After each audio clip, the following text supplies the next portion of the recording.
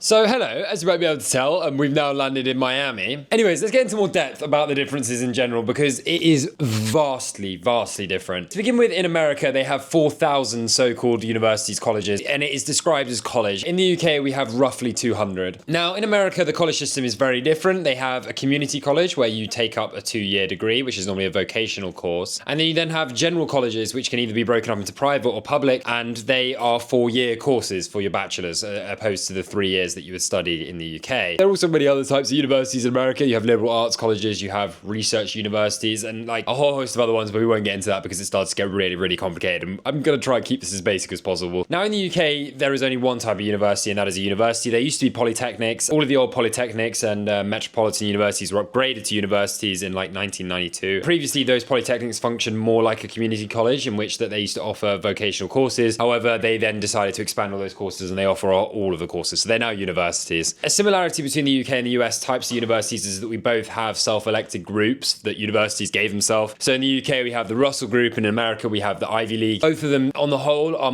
the more prestigious universities. However, to be honest, that's not necessarily true. You have Bath University, which is an excellent university in the UK that's not part of the Russell Group and is ranked much higher than a lot of the Russell Group universities. And then in America, you have MIT, which is the best university in the world, and that is not part of the Ivy League. But they are just like the general prestigious universities.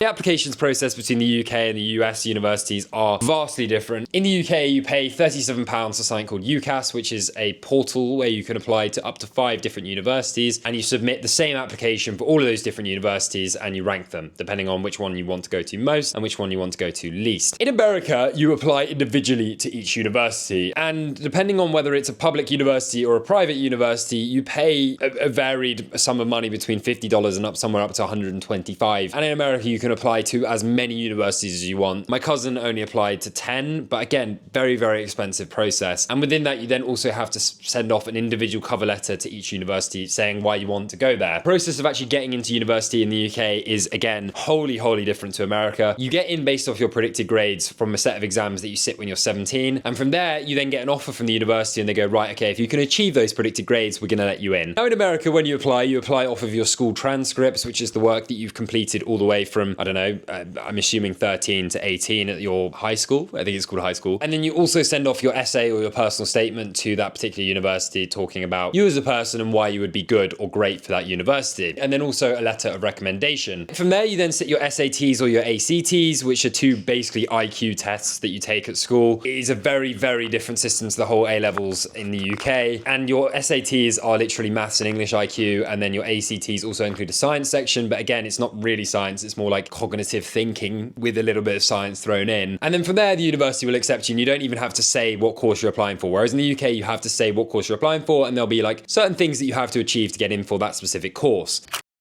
Now, this is when university versus US goes off in entirely new tangents. Okay, the application process might be different, but this is when it gets into a whole nother world. In the UK, as I mentioned, you choose your subject and that is what you're going to study. If you choose to study English, you're going to study English-related things for the entire time that you're at university. So there'll be nothing else other than English that you study pretty much. In America, as I said, you don't have to choose a course. You just apply to that university. And then from there, you can spend your first 2 years at university working out exactly what it is that you want to do, which to be honest is a great idea because I didn't really know what I wanted to do at 18, and fortunately I fell into a course that I loved. I do know a lot of people in the UK that apply for university and then actually hate the course that they're doing and are like, well, why did I pick that? I was just saying that I picked it at the last minute when I was applying with my UCAS. Then in the US, you then pick your major after those 2 years, and that is what you're going to be studying as like the majority of your time spent at university. You then also pick your minors, which are things that are used to expand your horizons. But for the first 2 years, you just do general education, and that could be literally anything. Now, in terms of how the grading goes, the systems are, again, entirely different. In the UK, normally what happens is you'll sit final year exams at the end of each year, and that is what you get given your grade on. So you're expected to be learning that entire period of the year, and then right at the end, you sit that final exam and it goes, bosh, that's your grade. In America, you'll do essays, you'll do lots of different mini exams that will then be a cumulative grade at the end of that, and that is what your GPA is based off. Your GPA in America is basically the system where you're either given a 4, a 3, a 2, a 1. A 4 is the equivalent of an A, a 2 is the equivalent of a B, a 3 is equivalent of a C, and then, I don't know, I guess after that you've kind of failed. In the UK, we have a grading system that is broken down into first, second, third, pass, and then eventually fail. However, again, within that, it is very different. In America, when you take your tests, you're given a percentage from 0 to 100%, and obviously 100% is your A, and it works its way down from there. In the UK, if you get 70% in an exam, you've absolutely smashed it. 80% up in the UK is basically deemed that you could publish it in a scientific journal without any corrections, and if you were to get 100% in an exam in the UK, you've basically corrected the way that we would think about a subject. The marking in the UK is seriously messed up. Anything above 60% is a 2-1, anything above 50% is a 2-2, and then again a third is below that, and then eventually fail is anything below 40%. Another thing that is particularly unique about the UK university system is that at the end of your course, most degrees will require you to sit a dissertation. In America, that is something that you'll only do in a PhD. And in the UK, it's pretty much an essay that you write on a given topic, and you'll have to conduct research within that. And that is actually something that I wrote for my final third year. And I wrote mine on elucidating the impact of alpha-linoleic acid on gut homeostasis. It was really interesting and I really enjoyed it. However, obviously that's just like applying to university, and they're just general different academic institutional differences between US and UK. It is what it is, right? However, I think the things where it starts to get really different is in the social life and the social cultural differences between UK and US universities. And tomorrow I'm going to my first ever college football game. So yeah, I'll see you tomorrow, and yeah, buckle yourself in if you're from the UK, because this might blow your mind. Now let's talk about the interesting stuff and what we're actually going to today. Some universities in America are run for profit, and the way that they make this profit, or they can generate profit, is through college football. It generates between 4 and 5 billion USD per year. That is university sport, by the way, okay? For context, that is bigger than the GDP of 40 nations in the world, and that includes Gambia and Sierra Leone. And that is honestly just the iceberg of it. Some of these US colleges invest 100 million USD into their college sports programs each year. For context, in the UK, I had to pay to join my society, right? I had to pay to join the hockey, and we could barely afford to buy the minibus to get us to games. These players are flown around the world like professional athletes. They go to games in private jets. They have their own nutritionist. They have their own physiotherapist. They have coaches. The top US college coach, Kirby Smart, earns $13 million per year. It is an amateur sport. That is how serious this is, right? We didn't even have a coach. Well, actually we did. We had someone who worked a part-time job and turned up for 1 hour per week, and we paid him like £20 a session. That is what we had in the UK. It is bananas how different it is. Anyways, in terms of pre-game culture, it is a whole nother world in terms of game day, and you're about to experience it firsthand when we go. In the UK, you play your match and you're done. You go on your sports night out on a Wednesday, everyone's like, oh wow, you beat Loughborough University, that's really impressive, congratulations. Maybe they go and buy you a pint, and it's brilliant, and you get posted on Instagram by your university team that probably has like 800 followers, and one of them is your mum. In America, they start pre-drinking for the game in Miami at 6 a.m. in the morning. It is another world. It is another world, and I just find it fascinating. Anyways, we're gonna head to the game now, but brace yourself, because this is gonna be like nothing you've ever seen before in your entire life. Come to Miami, said. It'll be fun, they said. All this bloody done since we got here is rain. Anyways, the Uber's here. Let's get to the game.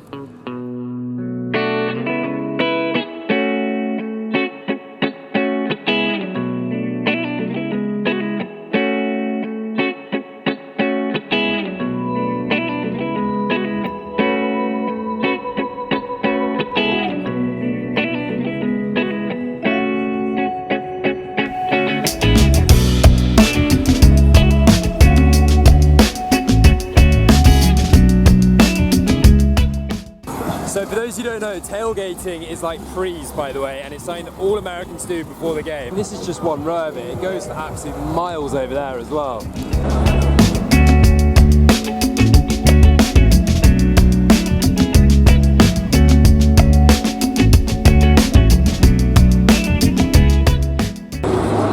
Well, they've just delayed the start of the match because there's lightning, which is also why there's no one here, so that kind of makes sense. This has honestly been a disaster. Literally every 3 minutes the bloke comes on, he's like, warning, there has been lightning in the area. Please go into the concourse to be safe. We've been waiting here for 2 hours, and we've got to leave at 6:15 because Messi's playing, and I don't want to miss Messi. Like, seeing Messi play football live would literally fulfill my entire life dream.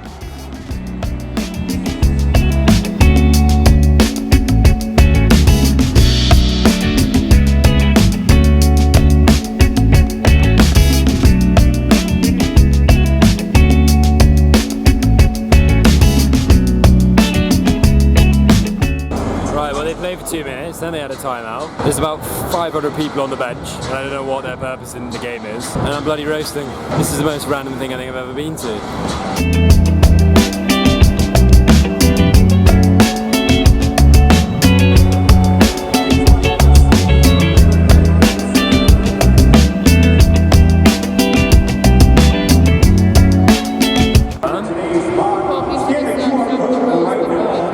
I know, we definitely should have done that. Definitely.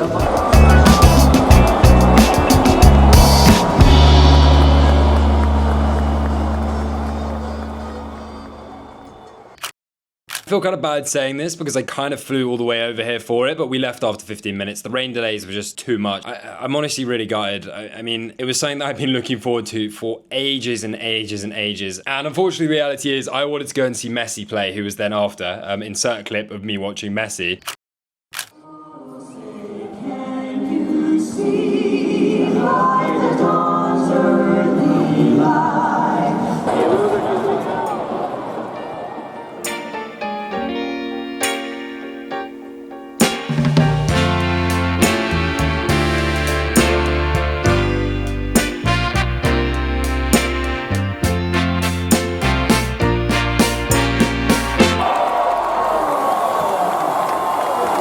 I saw Lionel Messi play football. I love my job, man. You know, life for me is all about creating memories and stories that I can remember forever. You know, life is told in stories, right? And that is definitely one of them. That has been a dream come true. That is something that I've wanted to do since I was, I don't know, 10 maybe, when I first discovered football. And to top it off, I got to see Messi score twice. Couldn't make it up, man. Couldn't make it up. Having the opportunity to go and see probably the greatest football player of all time took much priority over a very underwhelming college game. The only thing that I will say, kind of reflecting on it, is that, okay, fine, there weren't loads of people there, and I kind of got lied to by all the U Miami propaganda that I've seen online by, well, Alex Earl and a host of everyone else that seems to think that it was the best university experience ever. You know, it was still really cool. I mean, you know, the fact that people are still coming out to watch university kids is different. These kids are younger than me and probably still had about 8,000 or 9,000, maybe even 10,000 people there watching them play sport. I mean, that's more people than have watched me play sport collectively in my entire life. So the fact that there are that many people still turning out to watch a university sport is still incredible. And I still think, okay, fine, maybe it didn't prove the cultural difference that I was really hoping to show you guys, but it's still a massive cultural difference. I mean, people pre-drink for U Miami games at 6 in the morning.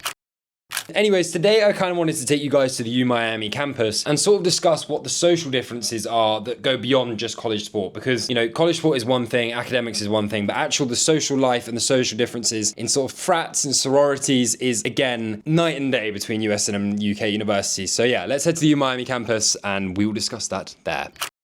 So welcome to U Miami. As much as I'd love to hate on it, the campus here is pretty beautiful. It's pretty beautiful. I mean, we are in Miami and it does cost $100,000 a year, so I would hope that it would be, you know, well, pretty nice, right? Anyways, let's talk about the social differences, and we're going to do this quickly because it is absolutely sweltering here and my UK body is struggling. It's humid. Now in the UK, I feel like the social setup is kind of mostly orientated or mostly associated with societies, which generally are an interest or a hobby. Like, you'll be part of the football society or the rugby society or whatever it is, and people join it because you're more likely to meet people that have a common interest with you, and also, like, if you want to play sport or do any activity or continue an interest from school, that is like a way that you can do it. When you join a society in the UK, it probably costs like 100 quid. I think to join mine was like 120, and that was for a gold membership because we were traveling everywhere to play hockey, and obviously they had to pay for the minibus and all of the social activities that come alongside it. And then you kind of maybe have some form of initiations. Obviously it depends on what sport you're actually playing, depends on how difficult the initiations actually are. Conversely, in America they have something called Greek life, which is sororities and frat houses.